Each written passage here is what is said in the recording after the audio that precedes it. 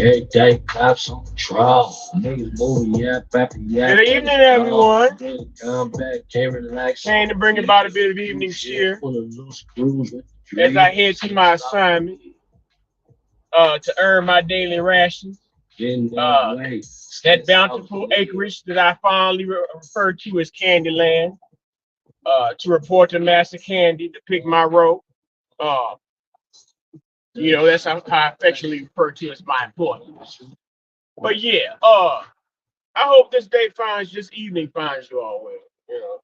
Uh, I was just thinking, and people should think at least 3 times a day.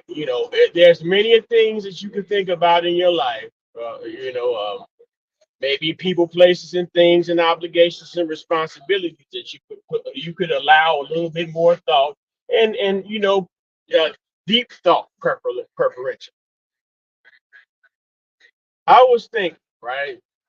It really came from, I'd seen this particular rapper, rapper from the 90s, that the eights in my mind, the 80s is the gold era, but the 90s is a significant era of hip hop. This rapper, he was, well, yeah, I guess he was in the 80s too. The Lord Jamar, brand Nubian, whoopty whoopty blam. Uh, Lord Jamar, right? Lord Jamar, I saw a clip, um, and of course these YouTube, it's the hmm, we all should know how I feel about you. YouTube is the bottom feeder section. It's pretty much a grudge version of TMZ, the Inquirer, or Weekly World News. I don't know if y'all remember, y'all grannies used to get them papers uh, that had outrageous stories on them, and you read the story, and anyway. So he was on this panel. Well, he was being interviewed. They asked him about the rapper Sexy Red. Now I can understand, all right, y'all somehow y'all claim that this one rapper, who for you to say that her behavior is aversive, is offensive, is detrimental, you had to have a witness or had experience being around that type of behavior before to come to that uh deduction. I can understand the man say, okay, I don't listen to Sexy Red. I don't necessarily care for her music. Um, I feel as if she might have a detrimental effect to the black community. That would have been fine. I mean, you're an elder statesman in the hip hop genre, Mr. Lord Jamar.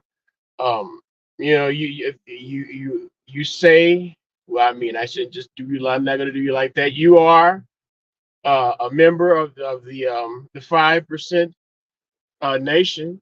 And I'm pretty sure when for someone to refer to a woman as wisdom, you know, uh, the things that you said about this woman. I mean, no matter what she say this about herself too, but man, come on, man, you are closer to 50 than you are Sexy Red's age, or people that listen to Sexy Red's age. But you go on about her, it's room. She looked like when you go into a room and somebody just got finished. It smell like, man, bruh, man. I understand. Okay, you might have, like I said before, you might feel as if, she's the end of the world began and ends with Sexy Red. But it's certain things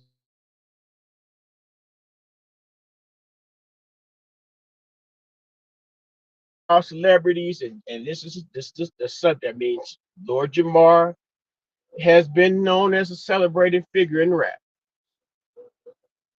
You talking about celebrities, but you with this one microphone, you have more power than all of than many celebrities. That may be paraphrased here, because with that microphone, you become the media.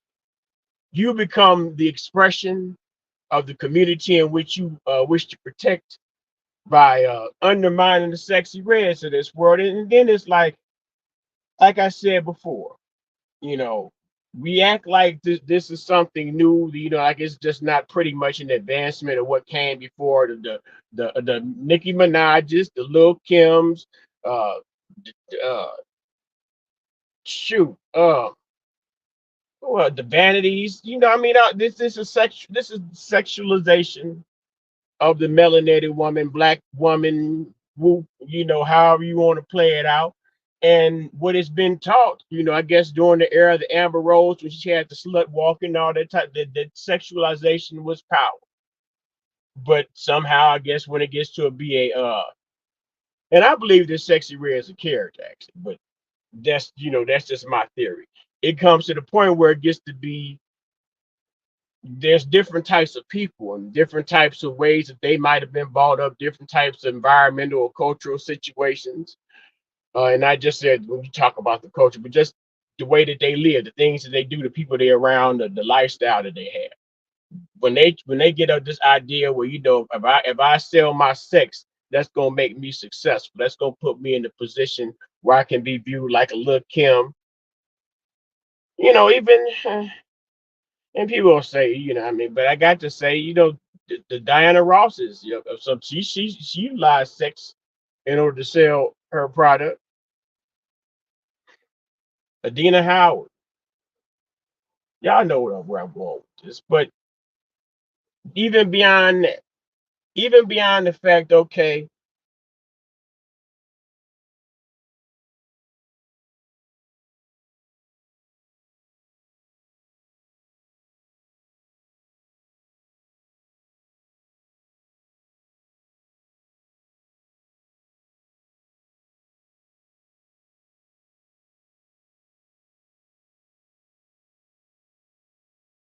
it would be safe and reasonable to deduce that those sexy reds are produced. Lil Kim's, just all of the bitches with attitudes. Y'all got about BWA and even JJ Fad. They was loose, they wasn't necessarily loose with it, but they was sexual with it.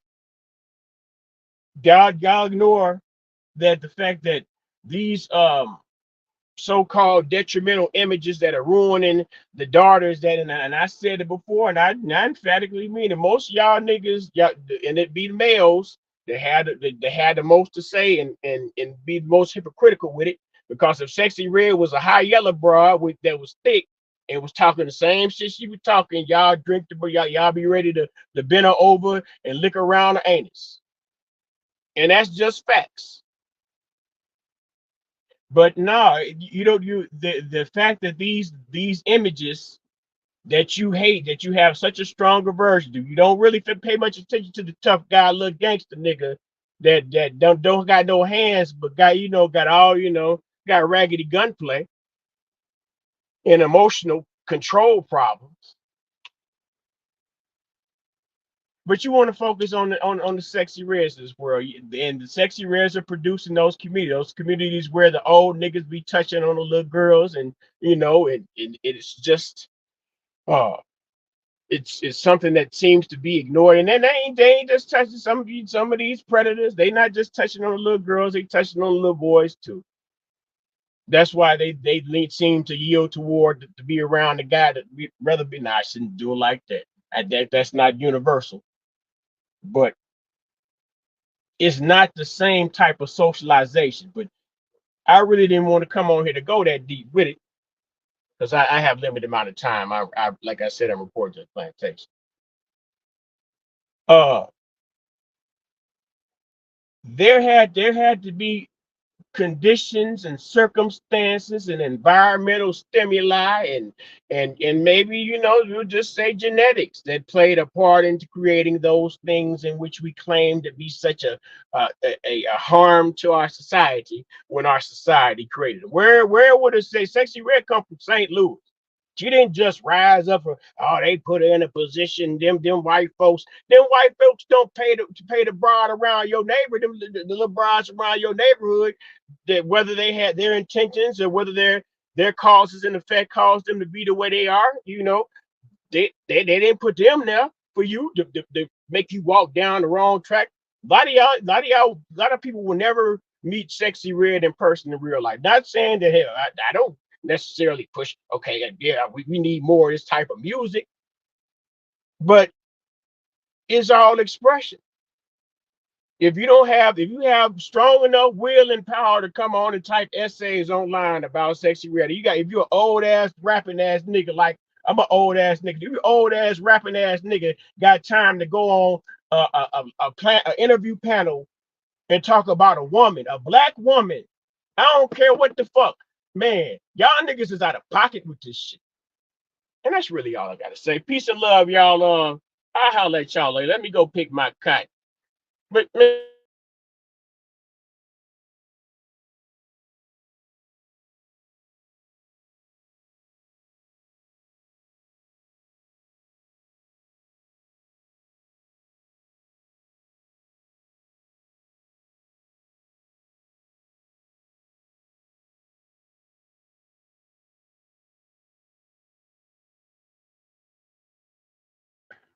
it's a song. Yeah, I thought my shit was gone. It's a song by Lord Jamar, the brand new called "Still Your Hope." Listen to Lord Jamar's verse versus Sadate's verse. And for somebody to have such an aversion for the hoes, for the ratchets, at this point, you was trying to steal. I get man. Peace and love. I'm out.